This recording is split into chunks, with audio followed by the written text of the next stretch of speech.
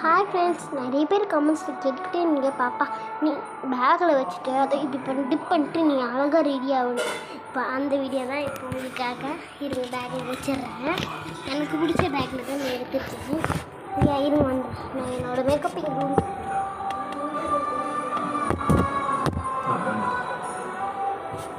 Makeup எதுவும் பண்ணிடுச்சு. दिया तुरा चरा चरानी टिक टिक टिक